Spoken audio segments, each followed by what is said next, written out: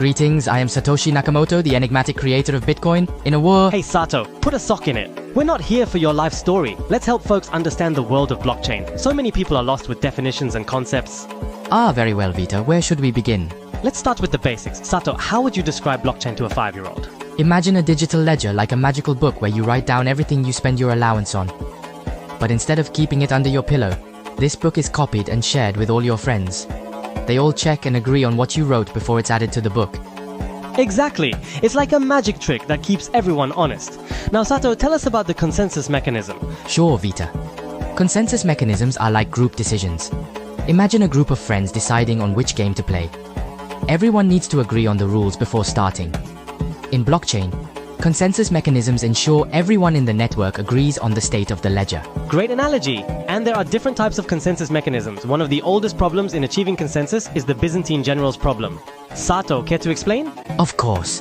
Imagine several generals surrounding a city. They need to coordinate an attack, but they can only communicate through messengers. Some messengers might be traitors. The challenge is to find a strategy that ensures all loyal generals can agree on a plan even if some messengers are unreliable. That's right. In blockchain, we need a way to ensure that all participants can agree on a single version of the truth, even if some participants are acting like trolls. And that brings us to proof of work, or POW. Think of POW like a super tough math puzzle. Miners compete to solve it, and the first one to do so gets to add a new page to the blockchain and earn a reward. Yeah, but POW can be in a few places quite energy intensive. That's why we have proof of stake, or POS, as an alternative. Instead of solving puzzles, validators are chosen to add new blocks based on the number of coins they hold and are willing to stake as collateral. Exactly. POS is like saying, I've got a lot to lose so I'll play fair. It's more energy efficient and promotes honest behavior. So to recap, blockchain is a shared digital ledger. Consensus mechanisms ensure everyone agrees. The Byzantine generals problem illustrates the challenge of consensus in the presence of bad actors. Proof of work uses puzzles to secure the network, and proof of stake uses collateral. Let's dive a bit deeper, shall we? Vita, tell us more about how POW works in practice. Sure. In POW, miners use powerful computers to solve cryptographic puzzles. This process is called hashing. Once a puzzle is solved, the solution, or proof, is easy to verify by others in the network.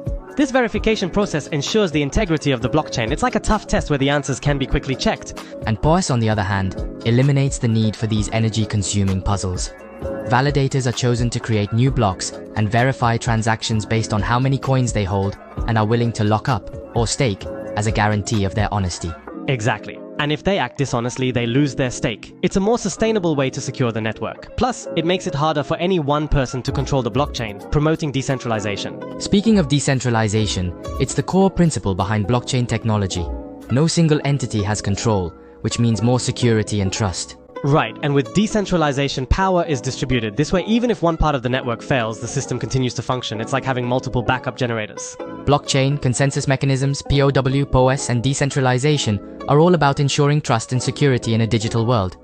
They form the foundation of this revolutionary technology. So to all our viewers, don't worry if these concepts seem complex. We're here to break them down for you, step by step. And that's a wrap for today's episode. Remember, blockchain may seem complex, but it's all about keeping everyone on the same page. Absolutely. Stay tuned for more episodes where we'll dive deeper into these concepts and much more. If you have any questions, drop them in the comments below. Until next time, keep exploring the world of blockchain.